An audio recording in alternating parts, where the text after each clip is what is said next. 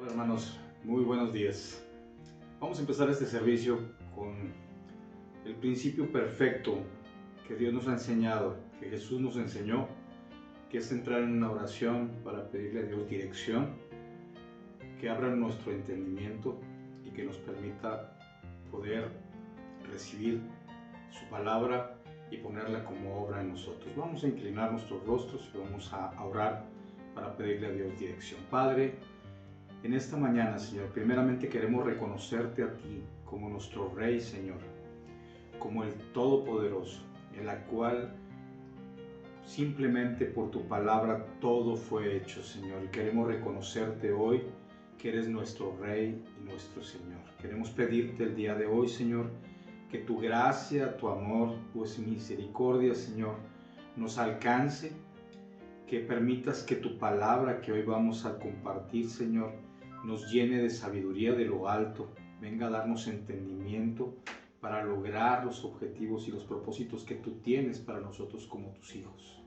Queremos pedirte el día de hoy, Señor, que tu sabiduría de lo alto alcance a toda aquella persona que por primera vez está viendo este video, Señor, que tu palabra pueda llegar a su corazón para que él pueda ponerlo por obra en su vida y que sea prosperada como va a prosperar su alma y todos los que estén a su alrededor, para que sea testimonio.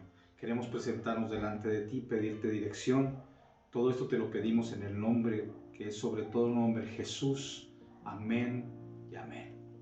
Hermanos, vamos a leer la palabra de Dios el día de hoy. Esta palabra de Dios está en el libro de Éxodo, en el capítulo número 2, de los versos 1 al 10. Por alguna razón el Señor durante las últimas 4, 5, 6 semanas, Dios nos ha ido ubicando en tiempo y en forma, conocer su palabra, de dónde llegó la palabra de Dios, cómo ha pasado tantos siglos y tantos miles de años para que tú y yo podamos tener esta palabra aquí con nosotros. Dios nos ha hablado de muchas cosas durante estas últimas semanas, pero el Señor quiere que adentremos aún más en su conocimiento para que no nos perdamos del plan perfecto que inició para que tú y yo pudiéramos tener garantizada la salvación y estar en esa vida eterna. Y en este libro de Éxodo narra una historia que es fundamental para todo esto. Y vamos a leerla y ahorita seguiremos platicando un poco de cómo vamos a comprender esta palabra que Dios nos ha dado. Nacimiento de Moisés. Dice el número 1. Un varón de la familia de Leví fue y tomó por mujer a una hija de Leví, la que concibió y dio a luz a un hijo, y viéndolo que era hermoso, le tuvo escondido 3 meses. Pero no pudieron ocultarlo más tiempo. Tomó una arquilla de junco y la calafeteó con asfalto y brea, y colocó en ella al niño y lo puso en un carrizal a la orilla del río. Una hermana suya se puso a lo lejos para ver lo que acontecía, y la hija de Faraón descendió a lavarse al río, y paseándose su doncella por la ribera del río, vio a ella una arquilla en el carrizal, y vio una criada suya y la tomase. Y cuando la abrió, vio a un niño, y he aquí el niño lloraba. Y teniendo compasión de él, dijo: de los niños de los hebreos es este.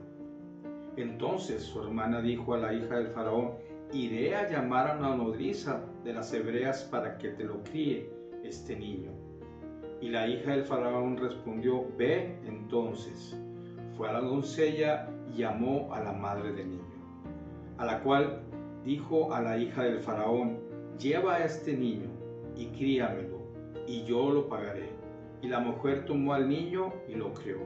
Y cuando el niño creció, ella lo trajo a la hija del Faraón, la cual lo prohijo y le puso por nombre Moisés, diciendo: ¿por qué de las aguas lo saqué?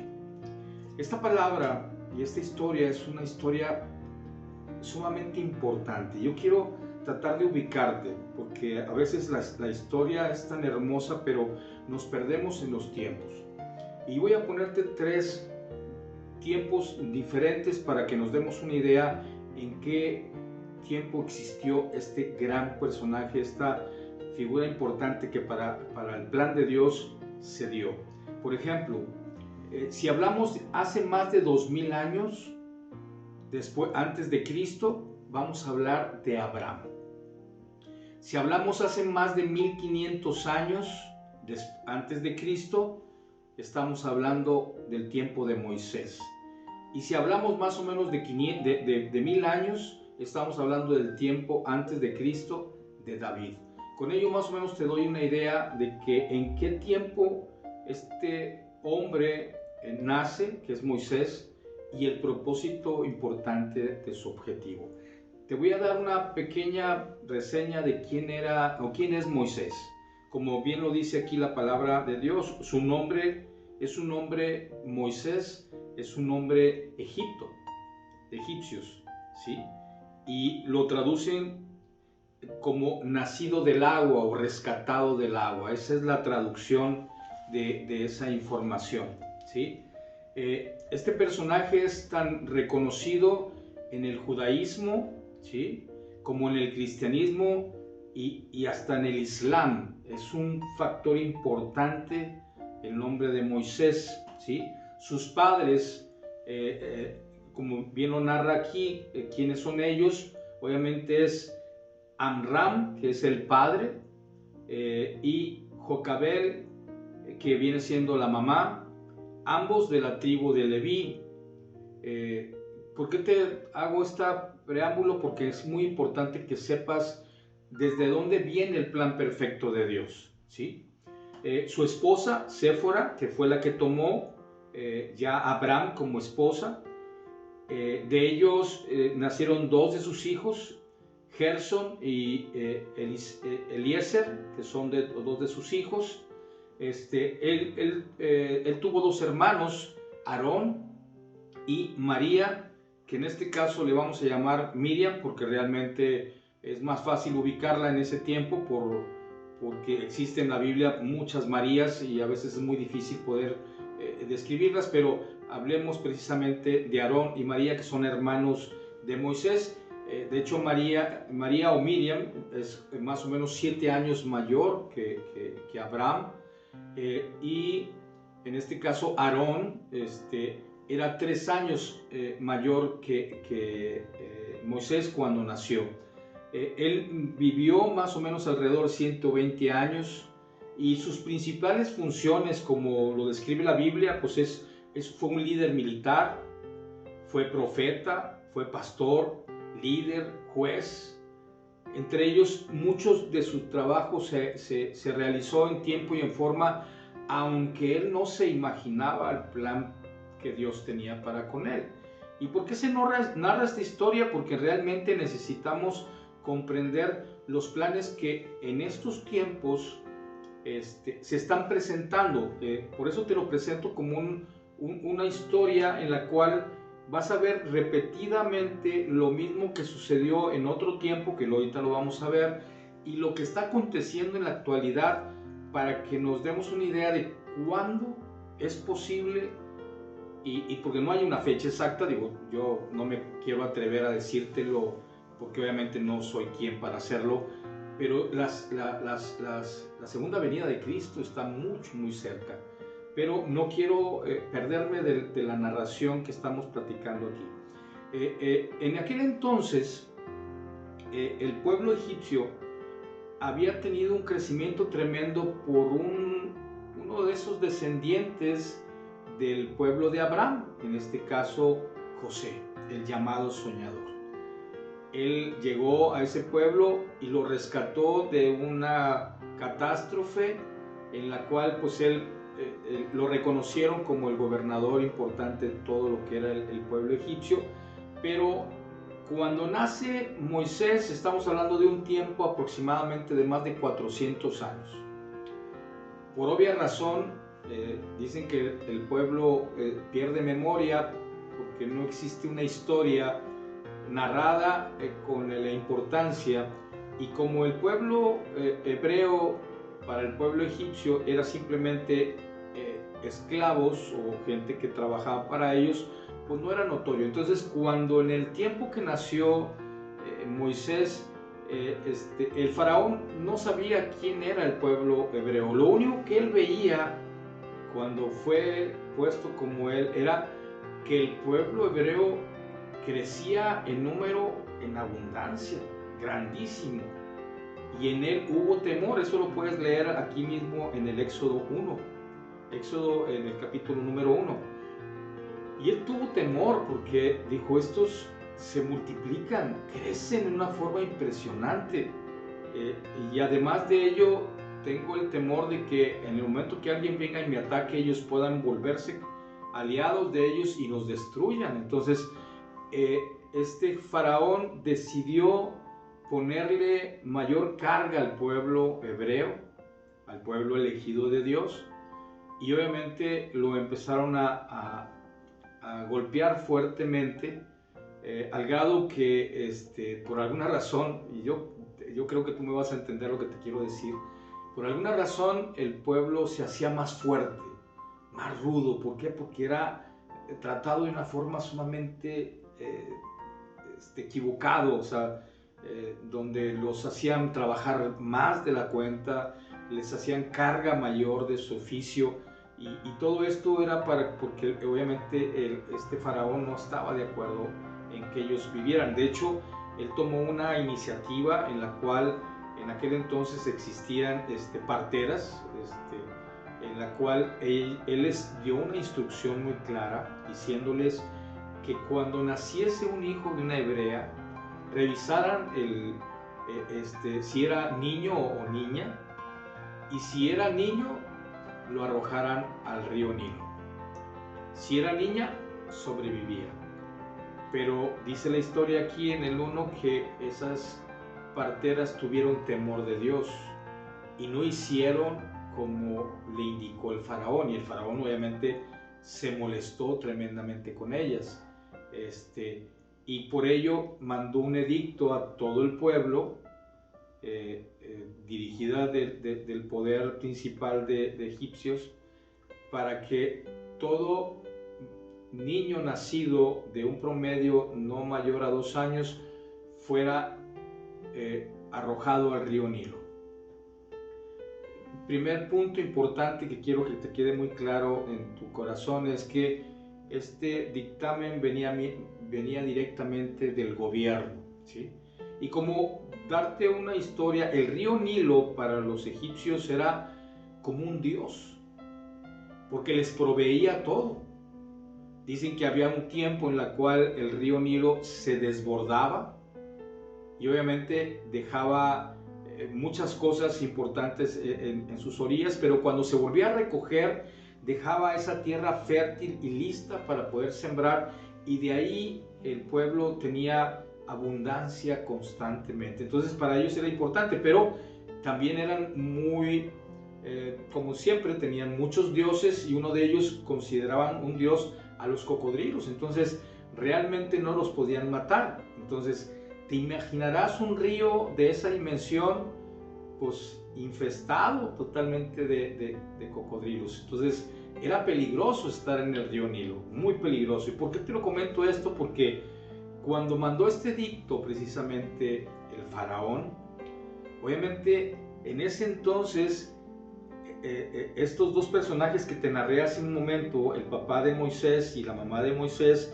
en este caso Amram y Jocabed, pues obviamente tuvieron a este niño y lo trataron de ocultar el mayor tiempo posible, pero pues es muy difícil. Cuando hay un niño en casa, tú sabes que existen muchas necesidades, pero los niños en sí, por su inquietud, pues es muy difícil. Podrían haberlo engañado, como algunos lo intentaron, tratando de resguardar la vida de ese niño, vistiéndolo de mujer o de niña, pero realmente el propósito de Dios no era ese. Entonces, ¿qué hicieron estos padres? Yo aquí quiero que te concentres muy bien, porque aquí te puedes identificar o no de lo que sucedió. ¿Qué hizo estos padres? Dice aquí que escogieron una arquilla de junco y lo calafatearon con asfalto y brea. Imagínate construir una barca pequeña para él que fuera capaz de no hundirse en el río Nilo. ¿Esto qué quiere decir? Que obviamente tenías que doblar rodilla y empezar a trabajar en ese arquillo para poder proteger al niño, para que no se hundiese y fuera lo más protegido posible en ese río. ¿Te imaginas eso? Los padres preocupados, ¿cómo lo vas a hacer? Prepáralo muy bien, hazlo correctamente bien. Vamos, tienes que preparar. Y esto me refiero a una forma en la cual nosotros como padres a veces tenemos una idea de que queremos sobreproteger a nuestros hijos. Lo quiero ver por el otro lado. Yo he dicho siempre que a veces queremos ponerlos sobre una burbuja en la cual no les pase absolutamente nada. ¿Es bueno? Sí, pero también a veces no los dejamos que ellos mismos podrán sobresalir. Pero esto va a ir más adelante. Quiero seguir narrando la historia. ¿Y qué sucedió? Pues obviamente los padres tuvieron que tomar la decisión más difícil. Soltarlo en el Nilo. Pensando que algo pudiera suceder que le diera vida o le prorrogara su vida. Pero ya te expliqué, el río Nilo estaba infestado de cocodrilos. Obviamente era un río sumamente grande, en la cual pues no sabías en dónde iba a llegar y quedar ese niño en el camino, pero bueno, era necesario y se arrojó. Pero cómo precisamente importante el plan de Dios, que al momento que lo arrojaron, la hija de Faraón estaba también sobre la ribera del río, cuidado a ella obviamente por muchos súbditos, y entre ellos estaba la hermana mayor de Moisés, que cuando vio pasar la arquilla, la princesa pidió a uno de sus súbditos que fuera por él y lo trajese, y descubrieron que venía este hermoso bebé en ese lugar, como lo acontece aquí. ¿Y qué sucedió con él? Pues obviamente lo tomó, y para la princesa fue un regalo que el río Nilo le estaba dando, y ella lo tomó con esa responsabilidad. Pero esta niña que estaba a un lado, que era una de las doncellas que apoyaba, pues rápidamente reaccionó, y digo que rápidamente porque en realidad nadie estuvo ahí como para asegurar, pero ella fue y se acercó a ella y le dice: ¿puedo conseguirte una nodriza para que te lo críe? Y aquí es donde viene la parte más importante, una parte de las partes más importantes que estamos hablando. Pues es obvio que el niño regresó a su mamá, pero ahora ¿cómo? Protegido. ¿Por quién? Por la hija de Faraón. Entonces ese niño no podía ser tocado. Y durante un tiempo, aquí habla precisamente que durante un tiempo ella lo crió y después tuvo que darlo. ¿Era un niño hebreo? Sí. Pero al momento de tomarlo la princesa, él se convertía en un egipcio. Porque fue bautizado con el nombre de Moisés. El nombre de Moisés es un nombre egipcio que contradictorio, lamentablemente, sobre el pueblo, no es un nombre hebreo.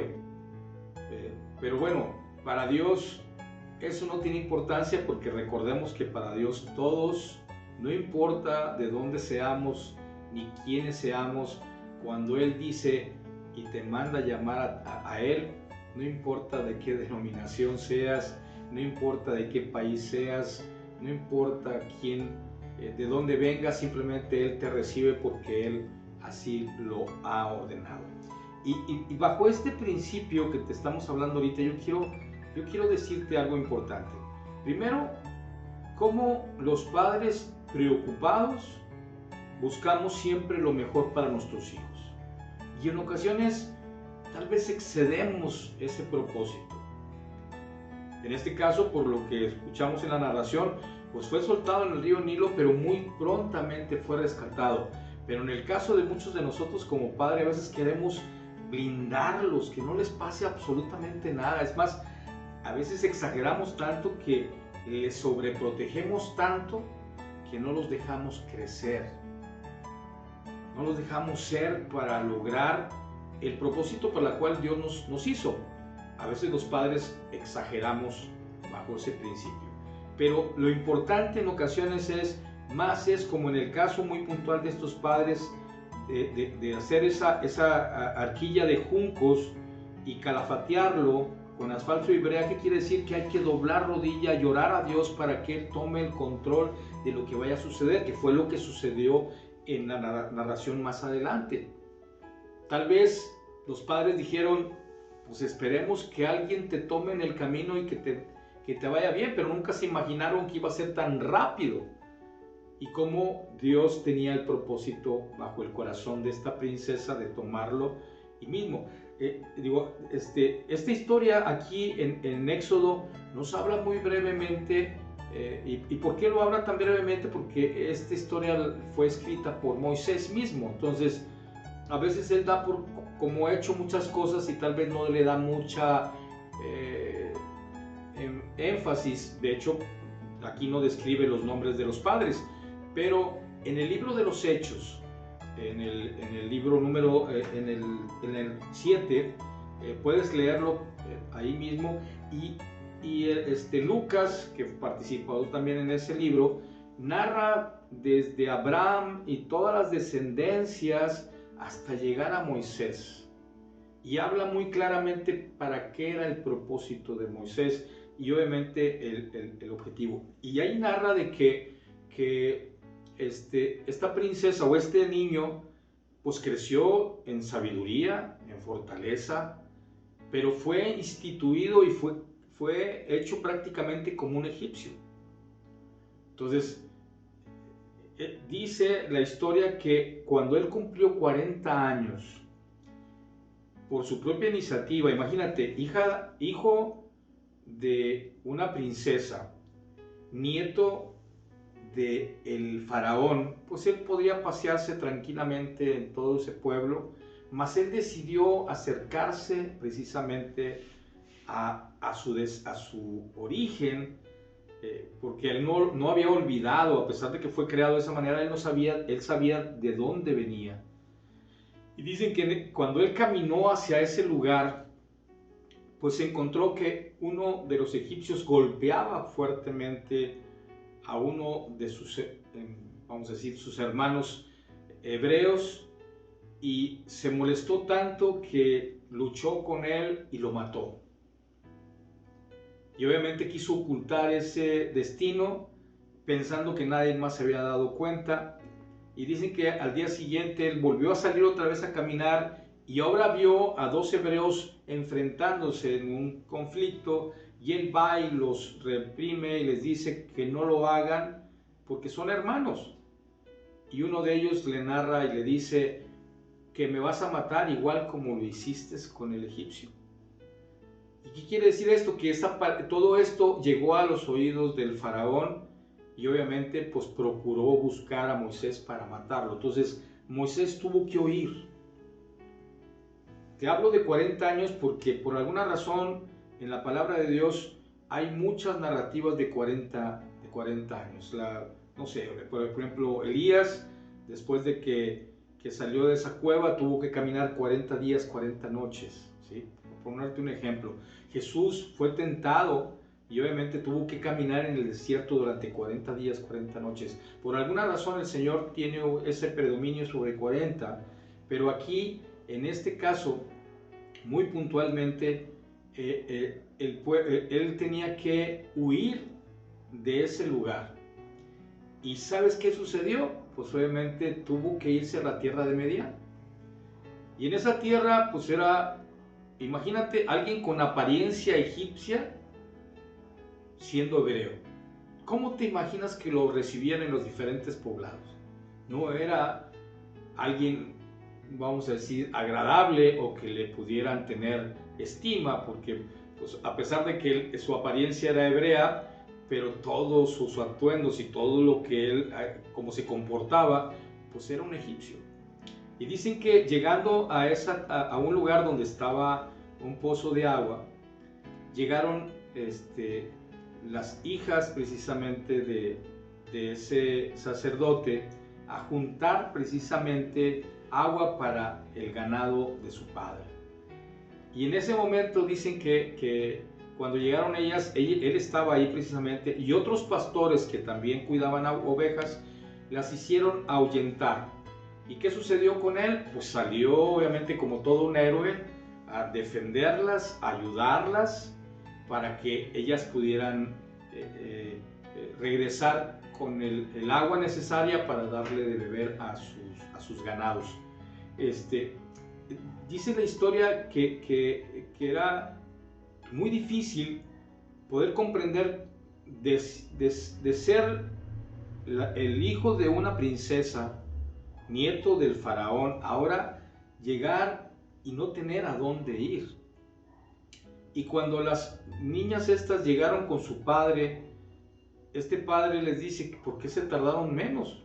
Y ya le narraron la historia y les dijo, quiero conocerlo, ¿no? Y llegó él a ese lugar, y estando ahí juntamente con él, este sacerdote lo recibe. Y lo recibe también, que lo hace parte de la familia, porque en ese momento él decide darle a una de sus hijas, a Séfora, como su esposa, y ahí empieza un trabajo durante otros 40 años de Moisés, pero ahora como un pastor de ovejas. Yo me imagino esta historia de una forma en la cual el Señor, después de primero darle sabiduría, de saber cómo se mueve la gente egipcia, cómo era y lo comportó, de repente mandarlo a un oficio que para el egipcio era sumamente humillante, que era ser pastor. Pues él tuvo que entender que ahora era su nuevo oficio, y durante 40 años sirvió a su suegro, cuidando las ovejas y todos los ganados que él tenía. ¿A cambio de qué? Pues de un salario, porque ahora él no era dueño de nada. ¿Te das cuenta los contrastes? A veces la vida así nos llena, de repente tenemos mucho y de repente nos manda a un tiempo de desierto, de dificultad. Mas él fue templado, Moisés fue templado en esos dos recursos para tener la capacidad de saber cómo moverse en el pueblo egipcio para un plan perfecto que Dios tenía, y obviamente le dio la sabiduría de saber ahora cómo pastorear a una cantidad de ovejas y de ganado en el desierto y en todos esos lugares, porque así era importante. Dios lo estaba preparando, pero lo primero que hizo fue quitarle totalmente la esencia de un egipcio y ahora ponerlo en la humildad de no tener nada y ahora servir como debe ser un hijo de Dios. Y no quiero decir con esto que tengas que ser pobre, porque aunque mucha gente está en contra de esa doctrina de la prosperidad, pues yo no puedo estar ni a favor ni en contra de ninguna de ellas, porque yo lo que entiendo es que Dios quiere proveernos y hacernos partícipes de sus riquezas, aquellos que obedecemos, aquellos que estamos bajo sus principios, y Dios nos da la cantidad perfecta y exacta. Algunos sobreabunda en ellos la gracia de Dios y obviamente administran más recursos que otros. Qué bueno por ellos, pero los que no lo tenemos, pues simplemente decimos gracias, Señor, por lo que tenemos, porque lo que tenemos es suficiente para vivir y vivir conforme lo que nos has dado, y estamos agradecidos por él. Pero no me quiero desviar del objetivo. Dice la historia que mientras Moisés caminaba en ese lugar, pues se encuentra y estaba obviamente cuidando los ganados, ve que se enciende una zarza. La zarza viene siendo como esos arbustos pequeños que son de hojas muy débiles, y con el fuerte sol era muy frecuente que se quemaran, pero eran tan rápido que se deshacían rápidamente. Pero por alguna razón esa zarza mantenía ese ardor, ese fuego, y él obviamente tuvo temor y fue y se acercó a ese lugar Y mientras él iba acercándose, pues el Espíritu de Dios directamente llega en ese momento y habla directamente a Moisés. ¡Qué privilegio! Y le dice: quita tu calzado porque el lugar donde estás santo es.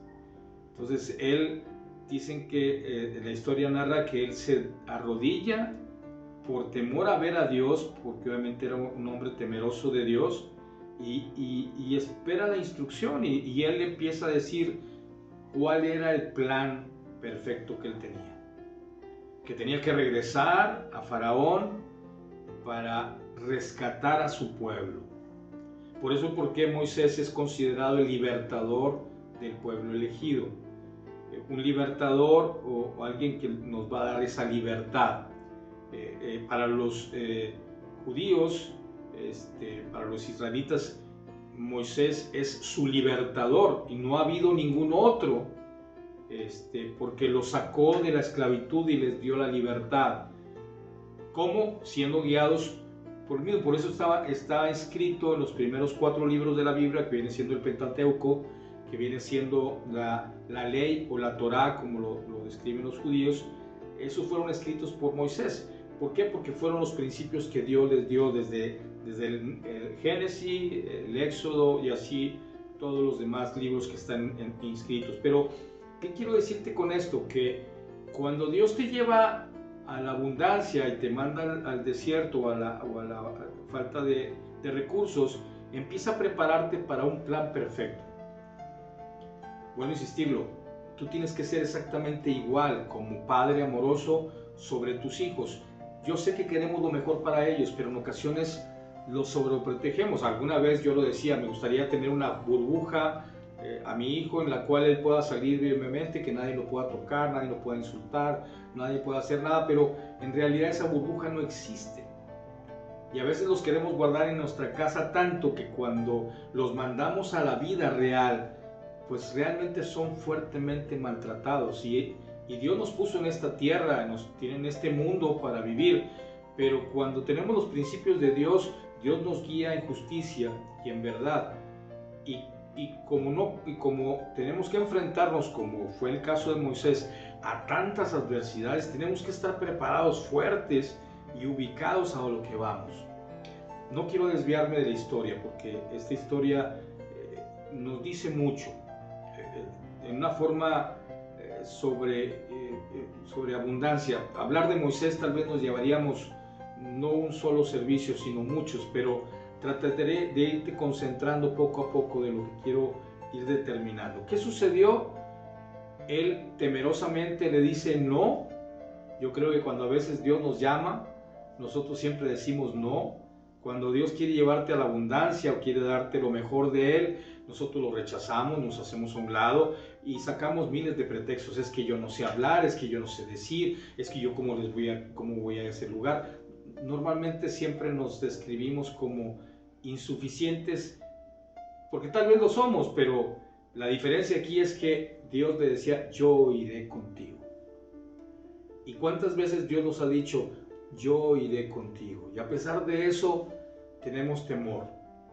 Y aquí a lo mejor me voy a adelantar un poquito, pero cuando Dios le dio la libertad a todo el pueblo y se fueron hacia el desierto, el camino que iban a recorrer tal vez era de unos cuantos días. Y por algo que el pueblo no entendió, incluyendo Moisés, que Dios le había dado orden de que él fuera libertador y los llevara a la tierra prometida, ¿sí? Él escuchó el consejo de los demás y desviaron el camino queriendo regresar de nuevo. ¿Y qué sucedió? Caminaron durante 40 años en ese desierto, que a pesar de que se habían equivocado, Dios les proveyó de una sombra de día y de noche un fuego para mantenerlos calientes. Para que te des una idea hasta dónde es el amor de Dios sobre su pueblo y de aquellos que ahora nos consideramos pueblo de Él. Pero vuelvo a retomar el camino. Tienes la oportunidad de tú como padre porque realmente aquí la historia es cómo los padres tenemos que hacer que nuestros hijos se fortalezcan, y la mejor manera es que tú los enseñes en lo que dice la palabra, no en teorías, no en pensamientos de personas que, lo digo con todo respeto, serán muy sabias tal vez, pero implanten sus propias doctrinas, y realmente esos a veces desviamos el objetivo principal para el cual Dios nos lo estableció. Digo, aquí hablo de que, por ejemplo, Faraón sabía del Dios, del gran yo soy, porque seguramente lo conocía, pero él tenía otros principios diferentes, y él no podía doblar rodilla sobre un ser supremo porque ellos se consideraban dioses. Entonces, a veces nosotros nos comportamos de esa misma manera. No queremos permitir que Dios venga y nos llene de su sabiduría de lo alto y nos haga caminar por el camino correcto. Y a veces tenemos que pasar por desiertos, y a veces pasan años y años y años. ¿Por qué? Porque no lo comprendemos, hasta que llega un momento dado que viene una chispa y ese, como dicen, se nos prende el foco y yo sabía que tenía que doblar rodilla y pedirle a Dios dirección. En este caso, estos dos padres decidieron trabajar en esa barquilla. ¿Qué es lo que tenemos que hacer tú y yo? Es orar a Dios, instruir a nuestros hijos en este camino hermoso, y que Dios se encargue de darle la fortaleza al paso del tiempo. Seguramente se caerán, como nos pasó a nosotros, seguramente se van a tropezar, se van a descalabrar, se van a herir, como nos pasó a nosotros, pero hasta hoy, Dios nos ha ayudado, Dios nos ha sostenido, Dios nos ha puesto aquí porque hay un propósito para ti, para mí, en este mundo, antes de que Él tome la decisión de llevarnos a su presencia. Pero te dije yo en un principio que había dos cosas que coincidían en el futuro inmediato. En aquel entonces, por orden del faraón, del gobierno, decidieron tener una matanza tremenda de niños. No describe cuántos, pero seguramente han de haber sido muchos, porque el pueblo de Dios era numerado. Dicen que cuando iban en el desierto iban casi más de 3 millones de personas. ¿Te das una idea de cuán grande era el pueblo de Dios, o el pueblo elegido de Dios? Entonces imagínate cuánta montardad de infantes, de niños sucedió en ese entonces. Y quiero relacionarte que nos vamos a ir a Mateo 2, donde habla precisamente del nacimiento de nuestro Salvador. Ahora sí, Moisés tuvo la función de ser el libertador del pueblo elegido de Dios, pero Jesús venía a ser el Salvador del mundo. Un Salvador superior a Moisés en todos los sentidos, pero todavía tenía un propósito. Todas las generaciones venían a dar exactamente al tiempo de Jesús. ¿Y qué sucedió en ese momento cuando Jesús nació? Obviamente hubo otro hombre poderoso que se sintió engañado y decidió hacer un edicto como gobierno. Otra vez, el primer gobierno mandó matar, este segundo gobierno vuelve a decir que fueran asesinados todos los niños no mayores a 2 años, porque los magos quedaron de regresar para darle las buenas nuevas de dónde estaba, y eso pasó tiempo. Digo, a muchos nos vamos con las narraciones donde nace Jesús y que llegan los Reyes Magos en ese mismo momento. No, los Reyes Magos llegaron mucho tiempo después al pueblo donde nació Jesús. Él ya había nacido, tenía cierto tiempo ya de vida, pero un ángel del Señor se le aparece a José y le dice que es necesario que huyan, porque obviamente venía este edicto de este rey que estaba en ese lugar donde él no quería que nadie le hiciera la competencia como rey. Y como lo habían anunciado a Jesús como el rey de los judíos, pues él se sintió ofendido. Entonces quiero ver la situación de que hubo una montardad en aquel tiempo, en los años 1500 antes de Cristo, y en el nacimiento de Cristo vuelve a aparecer otra vez otra matanza igual en esos pueblos, precisamente buscando matar al Mesías. dos acontecimientos. Y ahorita me vengo a relacionar, porque los gobiernos del mundo han intentado a través de muchas cosas que el aborto sea inscrito como ley. Impresionante la situación. Y decimos, ¿cuándo vendrá el Mesías por segunda ocasión? ¿Cuándo vendrá a reinar sobre esos 1000 años en este lugar? Y viendo y leyendo la palabra, me vengo a este tiempo, y este tiempo habla precisamente de lo que está aconteciendo en estos momentos.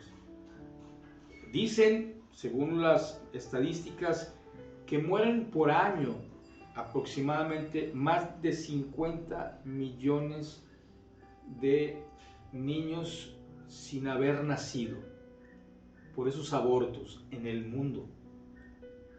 En algunos son legales, en otros no son legales, pero al final de cuentas el gobierno se hace de la vista gorda. No, ni dice para bien, ni dice para mal, pero hay muchos lugares que sí está ya instituido. Hay muchos países, y dentro de los países también hay muchos gobiernos o estados del mundo en la cual ya se dicta. Entonces, cuando alguien me dice, ¿cuándo vendrá la segunda venida de Cristo? Bueno, pues si en aquel entonces hubo mortandad cuando nació uno de los libertadores, cuando hubo el nacimiento de Jesús, pues yo creo que ya estamos muy cerca, porque cada vez la maldad de este mundo sobrepasa. Pero dice la palabra que cuando eso suceda, sobreabundará la gracia de Dios. ¿Y cuándo va a ser eso? Cuando Él venga por su pueblo. ¿Cuál pueblo? Porque muchos dicen, no, es que yo conozco de Dios, yo creo en Dios. Sí, pero Él quiere un pueblo que esté tomado de la palabra de Dios, que haga lo que Jesús haría, amar al prójimo, hacerlo sentir que Dios les tiene esa estima y ese amor, pero lo tienes que hacer tú como propio, porque el mismo Padre no lo puede hacer porque Él es espíritu, pero mandó a su Hijo para que nos enseñara, y ahora yo, bajo esos principios, yo te muestro lo que el Señor nos dice en la palabra. ¿Te das cuenta qué importante es tu papel y el mío? Como mentores, como sacerdotes de nuestro hogar. ¿Qué tenemos que hacer con nuestras generaciones siguientes? Instruirlos en la palabra para que no se pierdan, y que en el tiempo que Dios determine, no sé si nos toque nuestra generación, no lo sé, o sea, posiblemente otra generación más, no lo sé, pero de que esto va a acontecer, y para cuando eso suceda, muchos de nosotros a lo mejor podremos decir, gloria a Dios, estoy con el Señor, o tal vez muchos de ellos se quedarán en esta tierra, pasará por esa gran tribulación y se quedarán en esta tierra por siempre hasta cuando venga el gran final, tal vez bajo los principios de Jesús, sí, pero sin ninguna esperanza de que su alma pueda estar totalmente salvada. Esta palabra que el Señor nos ha dado el día de hoy, y que termino con esto aquí, que nos dice aquí en la palabra de Dios, en el versículo número 3, dice aquí: pero no pudiendo ocultarle más tiempo, tomó una arquilla de junco y la calafateó con asfalto y brea, y colocó al niño y lo puso en un carrizo a la orilla del río. Así Dios nos pone a todos nosotros. Prepara esa arquilla para que nosotros salgamos al mundo y empecemos a enfrentarnos para fortalecernos en el Espíritu de Dios, en su conocimiento, para que tengamos vida y vida en abundancia. Vamos a terminar este tiempo con una oración, agradeciéndole a Dios el Padre esta palabra hermosa.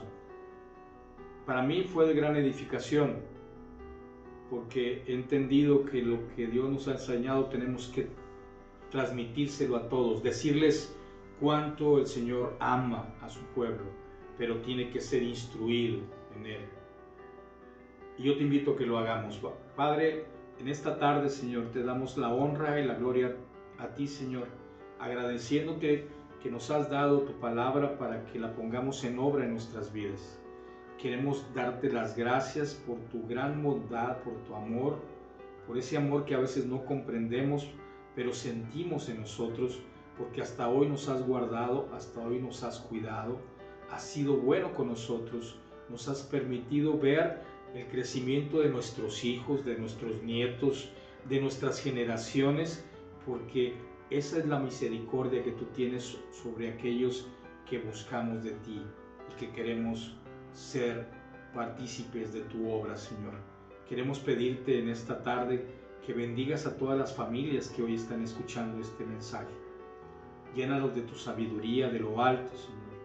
Que sientan tu amor en esa familia. Pedirte que si a ti se place, Señor, toques los corazones de aquellos que están ahorita sufriendo en ese hospital o en ese hogar, Señor, que están viendo esa penalidad difícil de soportar por esta pandemia, Señor, pero sé que en esa gracia hermosa que tienes, tú los podrás tomar en tus manos, sostenerlos, Señor, quitar ese dolor, quitar esa angustia de no poder tener sus pulmones llenos de aire. En el nombre de Jesús hoy declaramos en ellos sanidad, y en tu nombre, Señor, ellos podrán ser testimonios para poder sobreabundar de la gracia que tú tienes para tu pueblo, Señor. Guíanos a toda justicia y a toda verdad, porque te amamos, Señor, en el nombre que sobre todo nombre, Jesús. Amén y amén. Hasta pronto, hermanos, que Dios bendiga sus vidas.